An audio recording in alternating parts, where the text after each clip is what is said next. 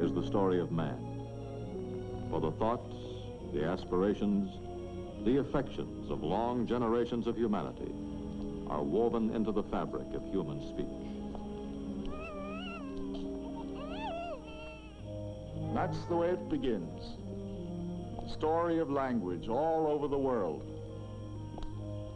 Sounds of human speech, like the very air we breathe, or something most of us take just for granted. Where did you hide the paper? Now, David, you run right upstairs and wash. And don't forget to brush your teeth. You'd hardly think of our everyday speech as being a specimen for scientists to take apart piece by piece, to study, to analyze. But this is a science, the science of linguistics. There are perhaps many ways to tell this story. We've chosen to tell it through the imagination of the young lady who lives in this house.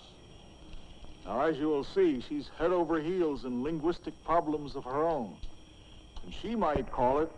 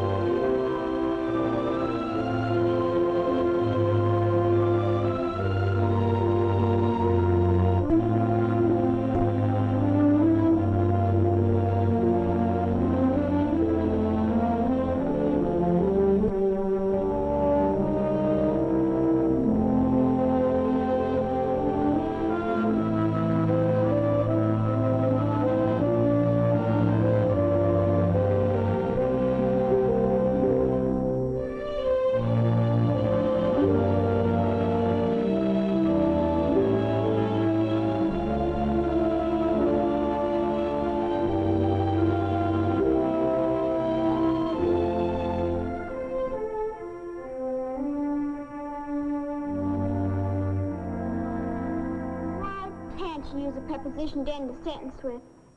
Why shouldn't participles dangle? Why does it have to be so many different words? Words, words, words!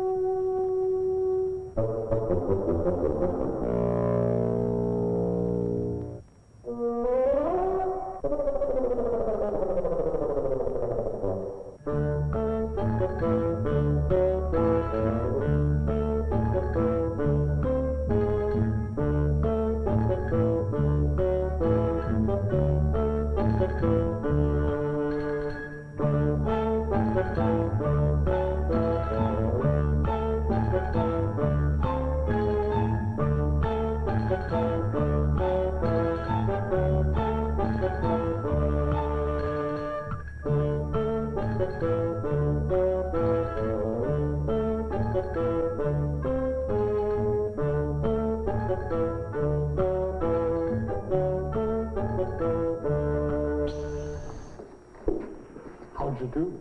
I'm the Mad Hatter. Why, of course. My name is Judy. And you're in trouble, word trouble, but we are going to help you. Judy, this is Jabberwock. How do you do? 'Tis brillig. How mimsy. How do you do? Why does he talk that way? Because he's the Jabberwock and talks Jabberwocky. What are you two doing out of the Alice in Wonderland book? We're going to free all the people enslaved by words. We are going to do away with the alphabet. Take mortal sword and told you to rub out the words. Words are awfully confusing. Sometimes there's no rhyme or reason to them at all. Good. You may join our conspiracy. Here, take a note. Judy will lead the letters into trap. Go on. Go on.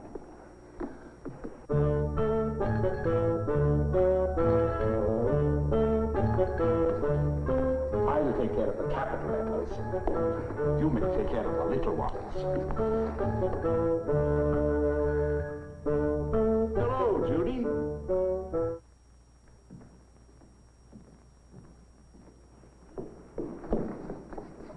Who's he? He's a professor of linguistics. Linguistics? Well, Judy, what are you doing? We're going to do away with the alphabet. We're going to murder the language. Which one? There are at least 5,000 different languages in the world. There are a few of the dictionaries. Where would you like to start? What's he do? Speak all kinds of languages? He doesn't just speak them. He's a scientist of language. A science of language? Oh, yes. He studies the insides of language. Sounds and words and alphabets. Alphabets. Is he for them or against them? Well, there's some things to be said in favor of alphabets. Name one. The alphabet is the basis of writing, for one. Then let's get the man who invented the alphabet. Yes, I'd like to meet him. I'm afraid that would be a bit difficult, because people have been writing for 5,000 or 6,000 years. Why, that's centuries. Yes, Judy, it is. The people have been talking for a long time. If this ruler represents the time man has been talking, he's been writing only this long. But even today, in many areas of the earth, large numbers of people, millions of them, still get along without writing. If they get along, why should they bother to learn? Well, they can't learn to write, most of them, because they have no alphabet. No alphabet. But as civilization began to spread over the earth, people realized spoken language alone has its limitations. They were learning so much they couldn't remember it all. You might say, Judy, that's why writing was invented. Then that must be why we have whole libraries full of books, because people wanted to write down for other people what they thought and what they did. Pity. People were talking to each other long before there was anything like civilization. Scientists don't know exactly how it all got started, but once on the move, speech grew like a great tree, with branches joining its limbs, branches growing out of other branches, branches running up into twigs, each a spoken language that was the source of still other languages, and each changing as it went along and developed, until 5,000 or more known languages spread through the ages. Even now, languages are continually changing, new ones springing from old ones, sometimes several from a single source. Latin was very important, wasn't it? Oh, yes, it certainly was. What we call the Romance languages all branched off from the great trunk of Latin. There's Italian, Sardinian, Spanish and Portuguese, Dalmatian and Romanian, Catalan and French Provençal, Rito-Romance, and if you listen, you'll hear a certain similarity. Padre, Tia, Papa, Tata, Papa. They all do talk something alike. Well, Judy, would you be interested to know that at a certain time of their lives, babies all over the world speak the same language? Oh, just a moment. I know better than that. What about Chinese babies and Indian babies, German babies, French babies, and American babies? Well, now just listen to the language that all those babies speak. Now, here's a typical baby. Isn't this one rather young to talk? All babies in the world have the same, well, baby language to start with. The same babbling, if you like. But this babbling includes the sounds needed to make any language. I didn't think baby talk really meant anything. Oh, baby babbling is very important. When a baby first comes into the world, the speech areas of his brain are like a clean slate, ready to be written upon. From the very moment of birth. With every sound a baby makes, he is producing, you might almost say practicing, the basic sounds of speech. Then he learns to talk just by practicing. Not entirely. Through the first year, the child listens to his parents and copies as closely as he can what he hears, winning their approval when he makes the right sounds. Then the sounds begin to take shape. And by the age of 6, the speech pattern is complete.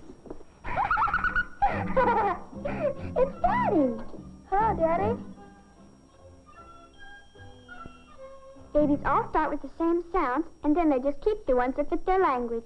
I think I'll make a note of that. You might also make a note that we have a conspiracy to get on with. Shall we go? Oh, yes, that conspiracy to do away with the alphabet. May I ask a question? What is it? Why do you want to get rid of the alphabet? It's language we're after, really. And the letters of the alphabet are the building blocks of language. That's a beautiful statement. Thank you, Judy. Very well put, but hardly scientific. Professional jealousy. If I wanted to do away with language, what I would go after would be sounds, because sounds are the basis of any language. Sounds. Make a note of that. I suppose the next thing you're going to say is there's a science of sound.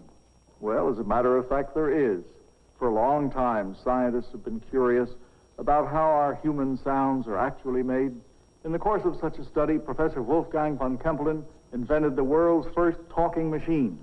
Make a note to get from Kempelen. That was in the 18th century, around 1780. Cross him off, we're too late. Here's a drawing of von Kempelen's machine when the professor completed it. I wouldn't even know how to begin to build a talking machine. What are you doing, Judy? I'm trying to imagine how the professor figured it all out.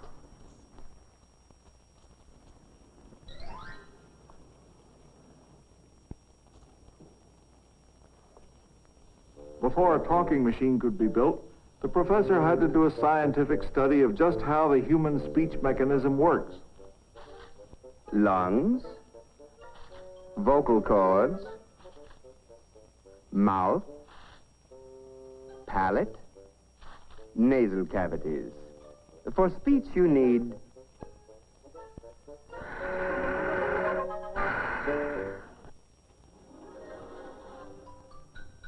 air.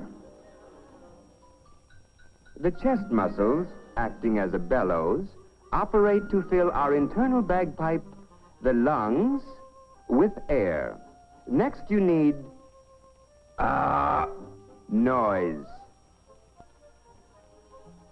Read from a bagpipe. That will do. Now we build the machine. While our friend is busy, let's look at some recent motion pictures of the human vocal cords in action. These films were made by the Gould Foundation Voice Research Laboratory at Northwestern University.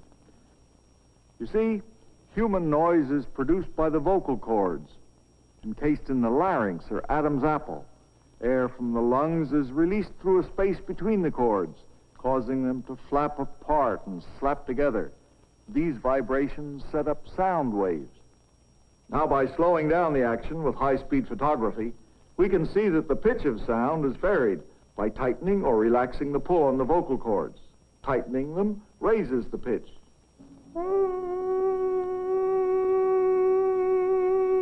Relaxing them lowers it.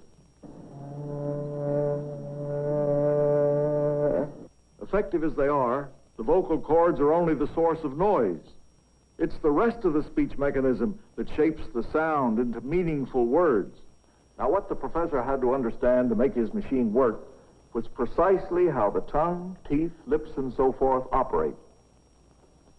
A, E, O. Vowels. And now, consonants. B, B, B, Z, The breath explodes, it buzzes, it hums. The machine is finished. And now, demonstration. That more, mommy. Why, the machine spoke French. It said, "You are my friend." Von Kempelen's machine was quite remarkable for 1780, for it was the world's first successful talking machine.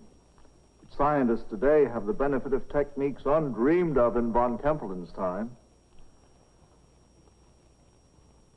In these X-ray films of the human speech mechanism in action, you can see the tongue and lips assuming various positions to form cavities that modify the sound by resonance. Who will give a needle, a mouse, a cat, and a bird to my father? The sound of the different vowels depends on the height to which the tongue is raised in the mouth. High, mid, or low.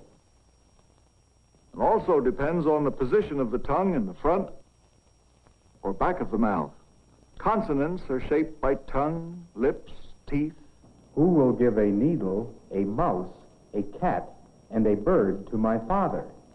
This has been very educational, Jabber. We don't have to bother with the alphabet. All we've got to do is get rid of those vowels and consonants, and our job is done. I hate to disappoint you fellows, but what really come out of the human speech mechanism are phonemes.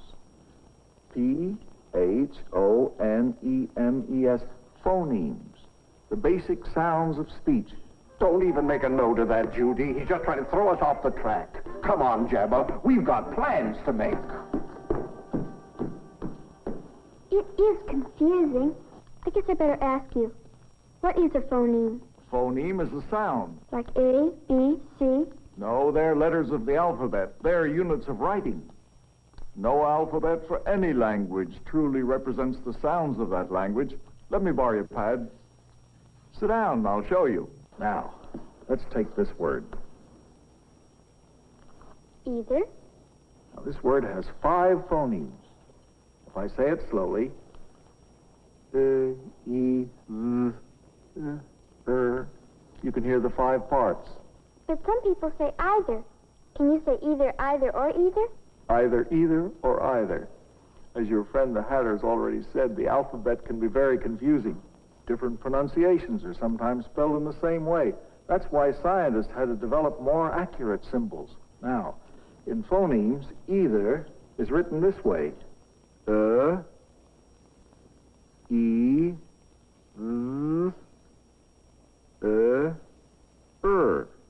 and either is written like this. Ah, E,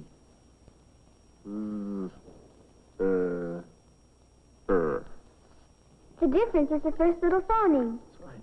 Now, scientists such as Ferdinand de Saussure in France discovered that out of the thousands of speech sounds a human being can make, each language has picked its own set of phonemes. English, for instance, has 45. And those little phoneme sounds must really be the building blocks of language. I better make a note of that for the Hatter. But for myself, I better just stick to the alphabet.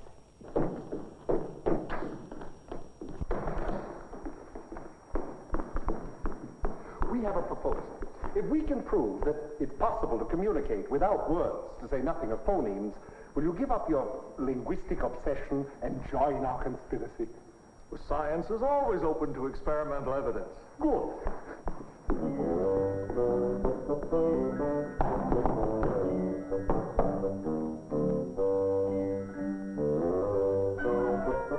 One, two, buckle my shoe. 3, 4, shut the door.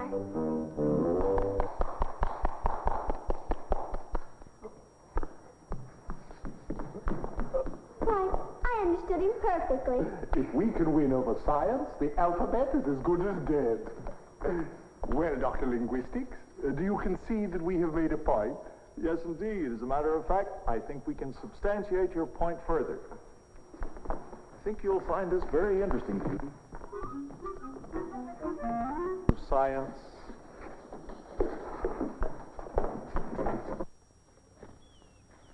This is one of the Canary Islands, La Gomera, off the west coast of North Africa, a land of rugged terrain. In the sparsely populated areas, people found it difficult to communicate with one another across the deep gorges. So, the Gomeras contrived an extraordinary form of telephonic speech, whistling, which can be understood over a distance of 3 differences in pitch.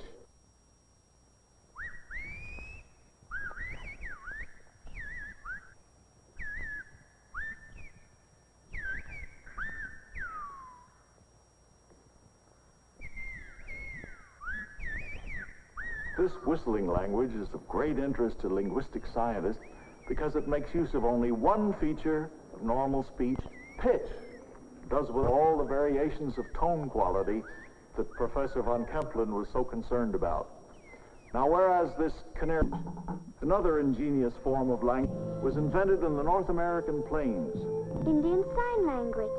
When tribes met on the trail, hunted buffalo together, or met in council, wasn't time enough to learn one another's spoken language, so they used sign Washita.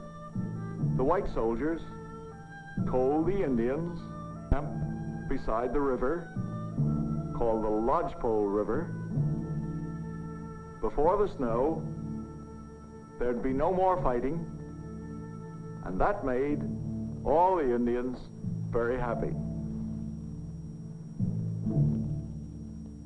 Excuse me for interrupting. I was just wondering how the Indians managed to talk with their hands in the dark. Well, they couldn't, Judy. As you can see, all of these methods giving man limitless possibilities for expressing his ideas, his concepts of science and technology, his day-by-day thoughts, his feelings, his emotions, love.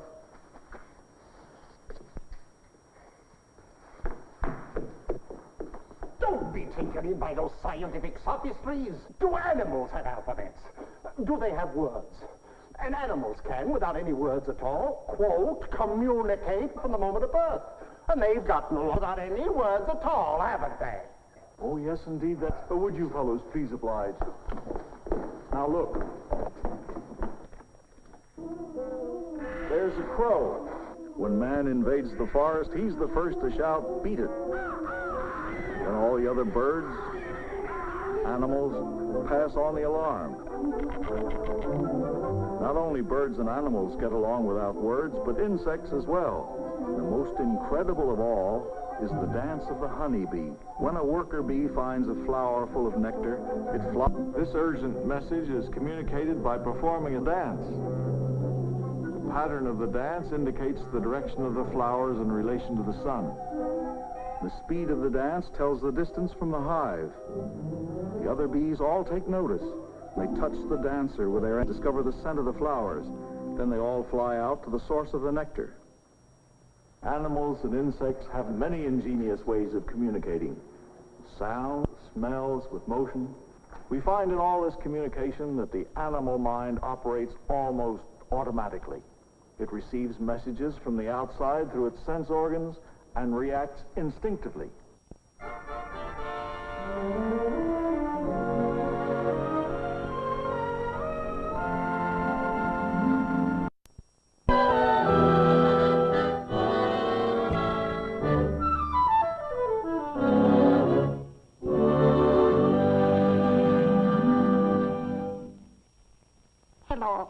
Hello. Why, Jabber, that's very good. You're improving. Hello. Oh, it was the parrot. Beware the Jubub, talking bird. But parrots just imitate what people say. Yes, that's because they are not able to associate a given sound or word with a specific meaning. It's curious, though, that they sound like people.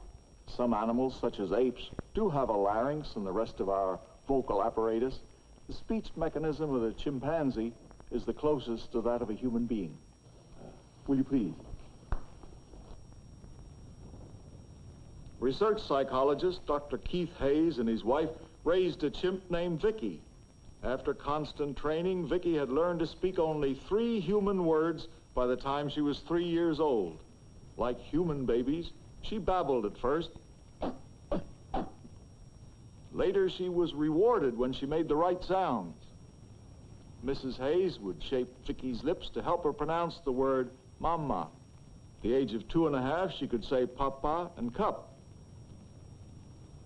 Now she has learned to use all 3 of her words appropriately in solicitation. Now, who am I? Papa? Papa? You say what? She was rewarded when she made the right sounds. Mrs. Hayes would shape Vicky's lips to help her pronounce the word mama. At the age of 2 1/2, she could say papa and cup. Now she has learned to use all 3 of her words appropriately in solicitation. Now, who am I? Papa? Papa? Can you say what this is? By the age of 6, Vicky's spoken vocabulary consisted of 7 words, whereas human children are using hundreds of words by the time they're only 2 years old. Chimpanzees, orangutans, and other mammals may have larynxes and the rest of the speech mechanism, but it takes more than that. It takes brain power. Well, for the present, we must conclude that man is the only one of Earth's creatures with true language.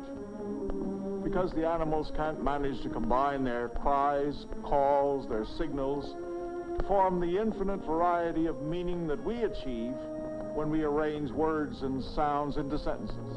So, Judy, shouldn't surprise you that some people have argued that what distinguishes man from beast is grammar. I knew it.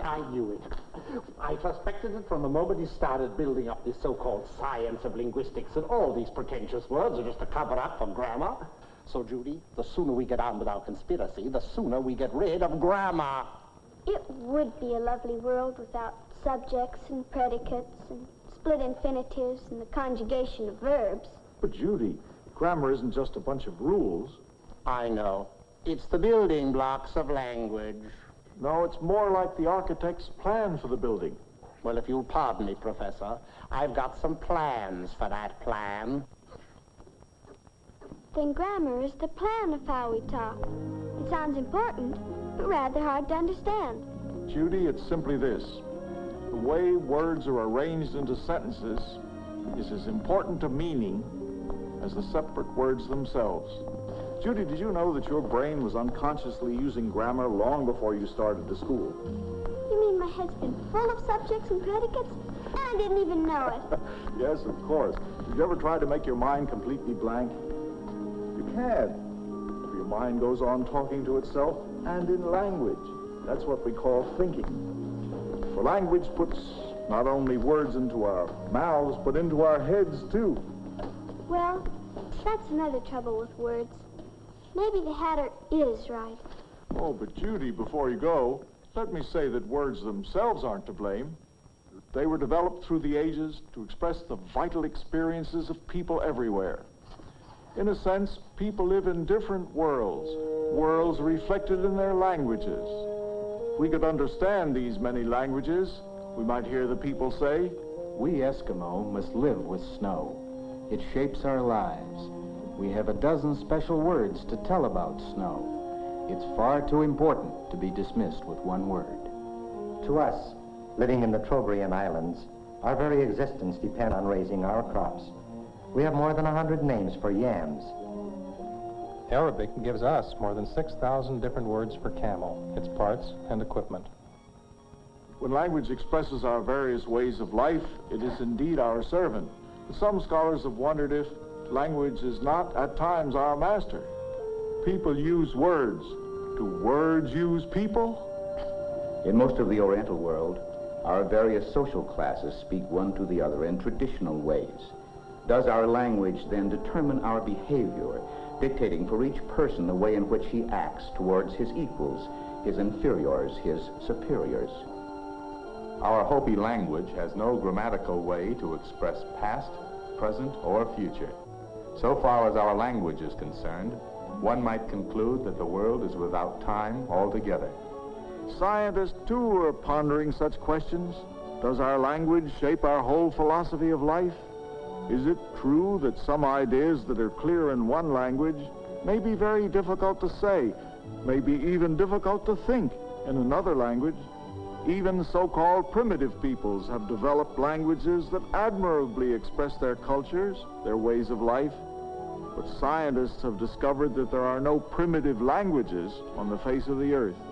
These languages, used with ease by the crudest savages, are just as complex as other tongues. In fact, it sometimes requires the lifetime study of our greatest scholars to figure them out. Anthropologists like Franz Boas, who pioneered in American Indian languages, sought to discover in each language its own system. Following Boas, Leonard Bloomfield began collecting materials on American Indian languages. By this and other work, he set the stage for modern descriptive linguistics. Others, such as Edward Sapir, an expert on many Indian tongues, studied languages as related to cultures and total ways of life. Of all the languages now being spoken, only a few have been studied scientifically. And today, linguistic scientists all over the world are concentrating upon small speech communities that are rapidly dying out to prevent their languages from being forever lost to the study of man. As we understand each new language, we learn more about the way human beings communicate with one another. Oh, look! There's an envelope. Maybe there's a letter inside. It's an invitation. Mad Hatter says we're invited to a mad tea party. He's going to prove that language is madness. And the guest of honor is to be Dr. Linguistics. Uppish, whiffle, gyre and gimble. Be right over. My goodness. Tea and linguistics. What a curious combination.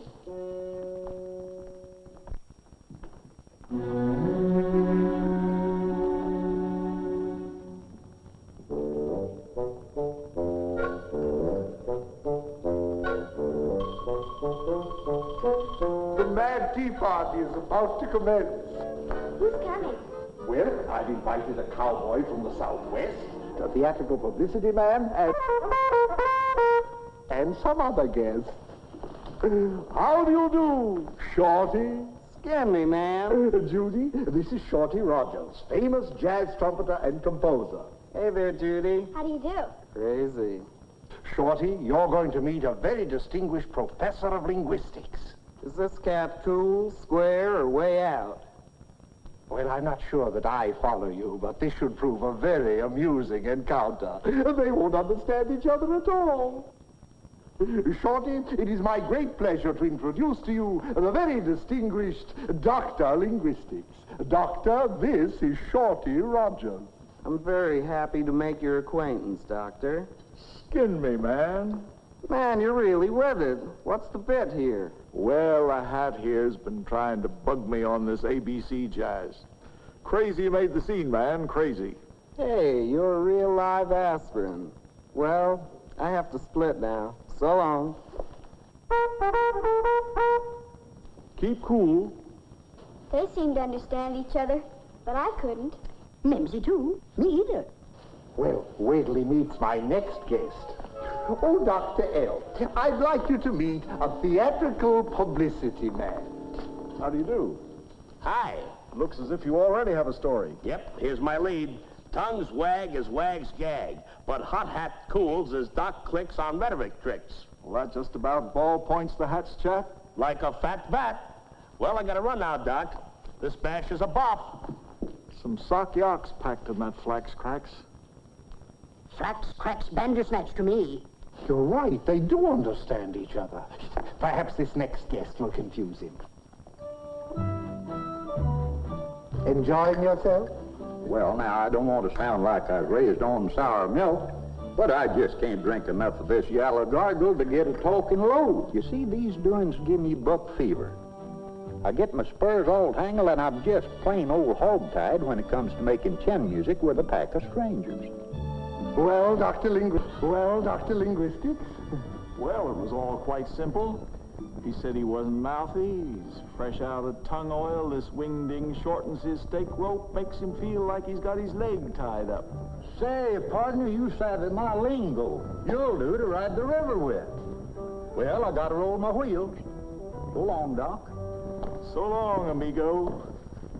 Him and me's made of the same leather. Well, so much for linguistics. Now, do let us have some tea.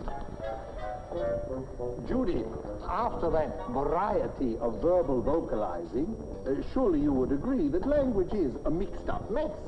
But Dr. Linguistics didn't seem to think the tea party was so mad. No, actually, I thought it was quite sensible. Sensible? With everyone speaking a different language? Different dialect, if you please.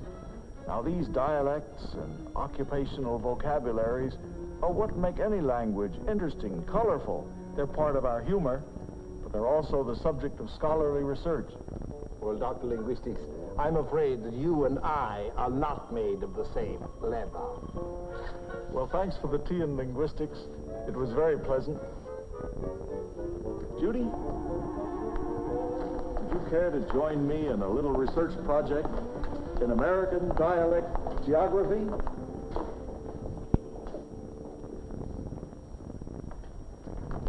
The way a man talks tells us where he comes from.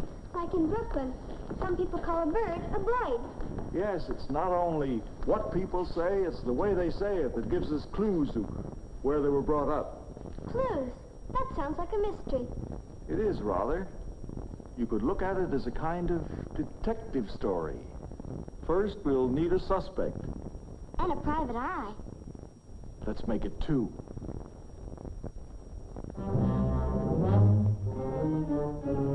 Now, for the last time, are you going to tell us where you're from? Oh, you won't, eh? Well, we have ways of finding out. Read this. Mary, Mary. Aha! West of the Alleghenies, they pronounce the words alike. He pronounced them all differently. Yeah, that's right. Clue number 1 puts him east of the Alleghenies. All right, now, read this. Oh, sorry. Greasy. Hear that? He said greasy, not greasy. That puts him north of Philadelphia. Ha! Read this. Park. He said park, not park. Yeah, I heard it. That eliminates coastal New England. Read. Wash, water. Hear that? Not wash and water, but wash and water. The rest of New England is out. Must be Central Atlantic state somewhere.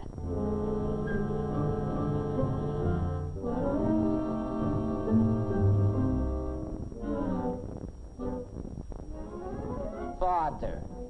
Father? That cinches him. I'll put him within a 30-mile radius of Times Square, right? Yeah. 33rd and 3rd.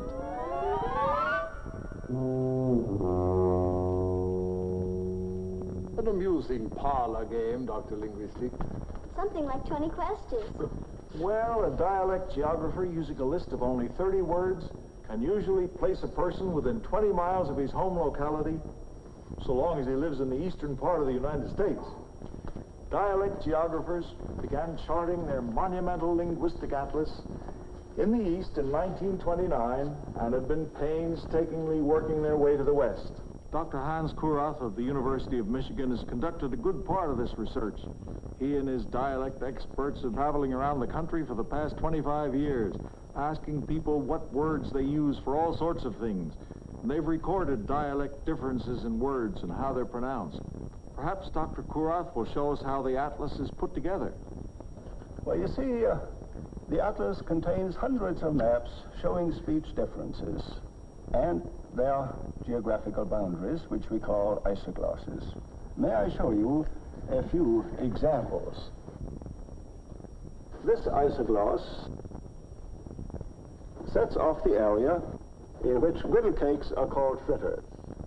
This here around Philadelphia shows the area where they call them hot cakes. Over here they're called flannel cakes. To the south of it, batter cakes. It is on the basis of isoglosses like these that we establish the dialect boundary. Thank you, Dr. Kurath. Man takes his speechways with him wherever he goes. As the dialects flowed westward, the way our population did, the strands unraveled and began to overlap. Here's how they traveled. Western New England accents, coast speech, southern mountain accents, plantation speech, Texas accents, but down east talk in the state of Maine has stayed put. This research has revealed the paths people have taken when they migrated from one part of the country to another, and shown the changes going on in American speech patterns. This research has unearthed hitherto unrecorded dialects, It has also marked off areas where big cities have influenced the speechways of neighboring localities. This atlas is a most impressive achievement in one branch of the science of linguistics. Dr. L., it may be linguistics, it may be impressive, it may even be an achievement in one branch, but don't try to convince me that it's a science. A science is test tubes, telescopes, microscopes, and chromium-plated machines.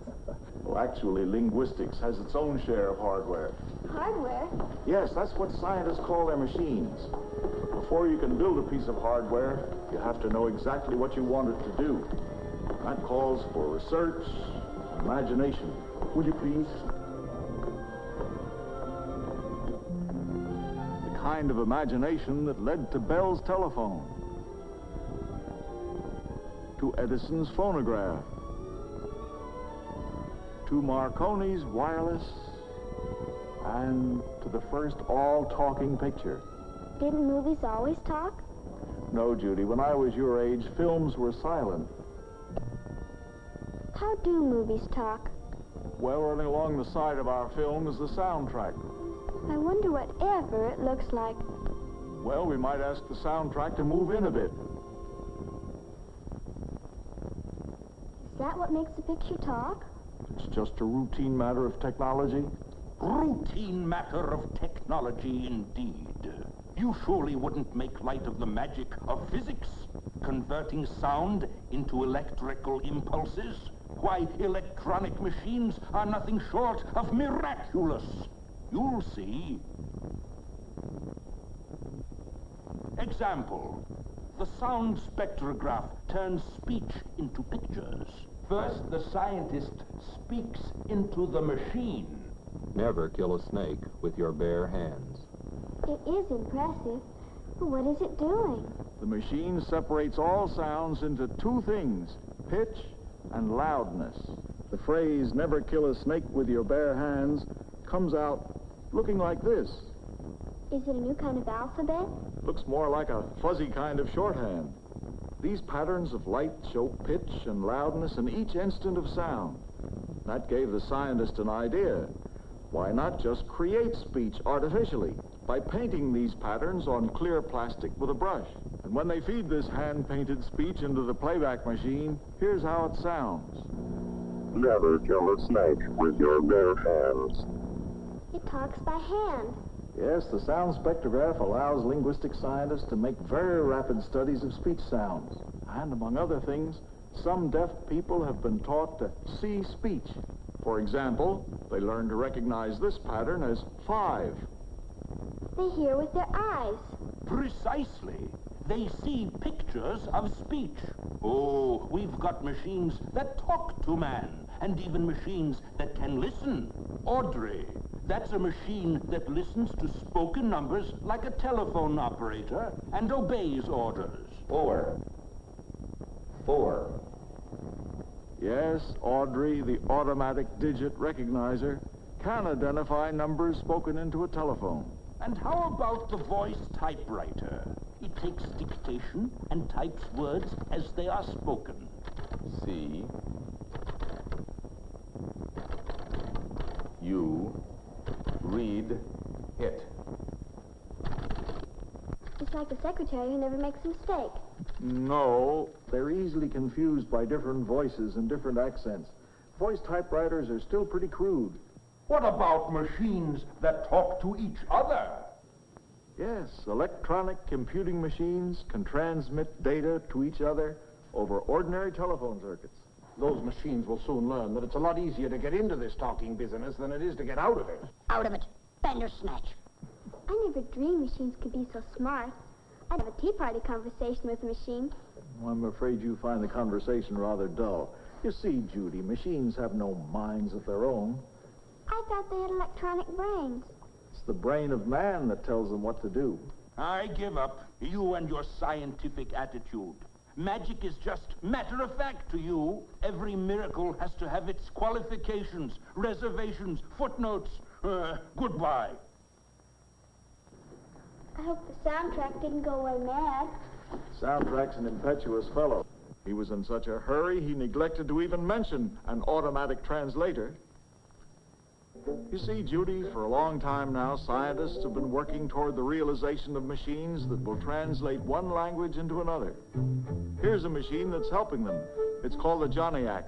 Machine translation will need a dictionary and a grammar book, a plan of the language designed for the machines to use.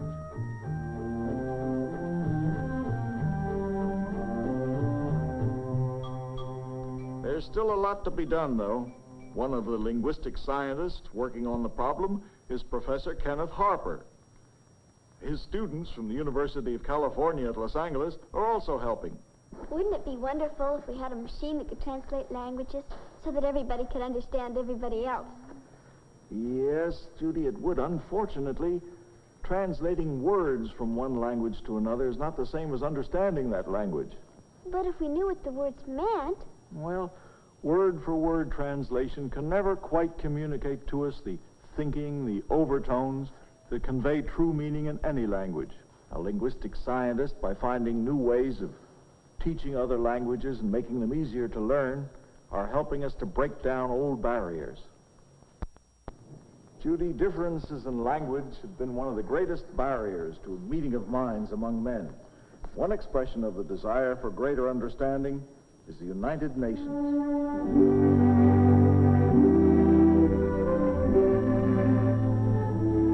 As Tertullian of Carthage in 200 A.D. wrote, man is the one name belonging to every nation on earth. There is one soul and many tongues, one spirit and many sounds. Every country has its own speech, but the subjects of speech are common to all. Yes, the subjects of speech. Day-to-day talk, the chatter of small talk, the exchange of pleasantries, news, gossip, conversation among friends, and with strangers who speak different languages but find ways of understanding each other. Language and speech, the basis for communication, tools for learning, for broadening horizons of the mind, for developing new ideas, for exchanging knowledge, exploring new frontiers of science. The gift of speech, a universal quality that links each man to the world of men. Language, the pattern of speech, may one day be the instrument that will bring compatibility and understanding to human beings everywhere.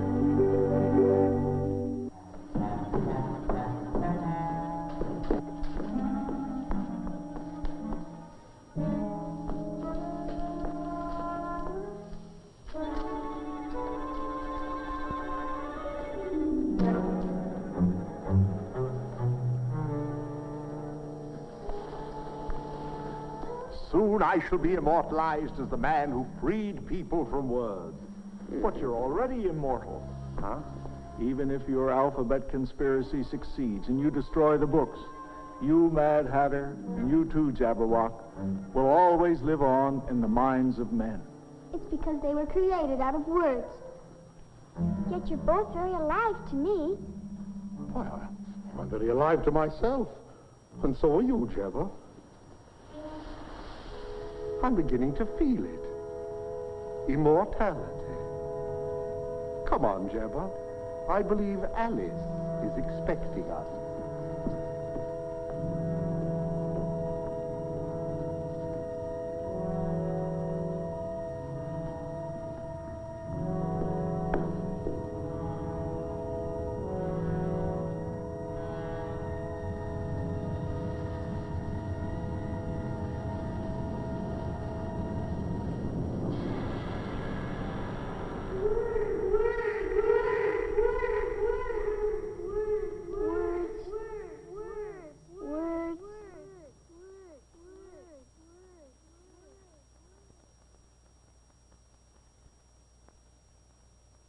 Words?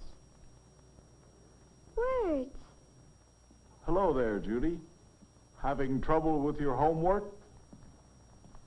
You see, there's so much I don't understand, and I'd like to understand. Perhaps I can help.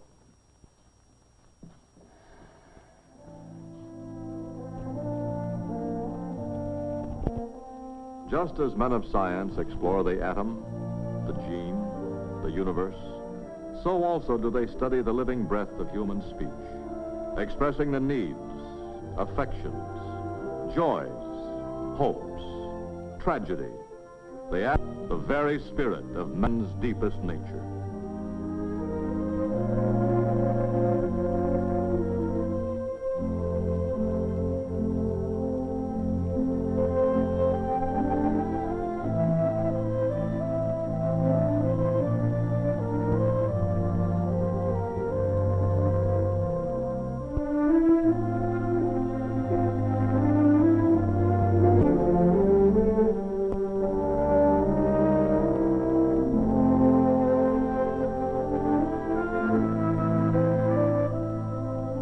The Bell System is grateful to the many distinguished scientists who helped to prepare this story of language. Our thanks to the special advisors who supplied and checked the scientific material for this program. Our thanks also to the advisory board, which reviews the scientific aspects of these programs. Its members represent the broad range of modern science, including biology and genetics, medicine, bacteriology and botany, chemistry, geophysics, physics, anthropology, electronics and acoustics, mathematics, engineering. To all these men and to many institutions, the Bell System is indebted for the support they have given this venture in education through entertainment.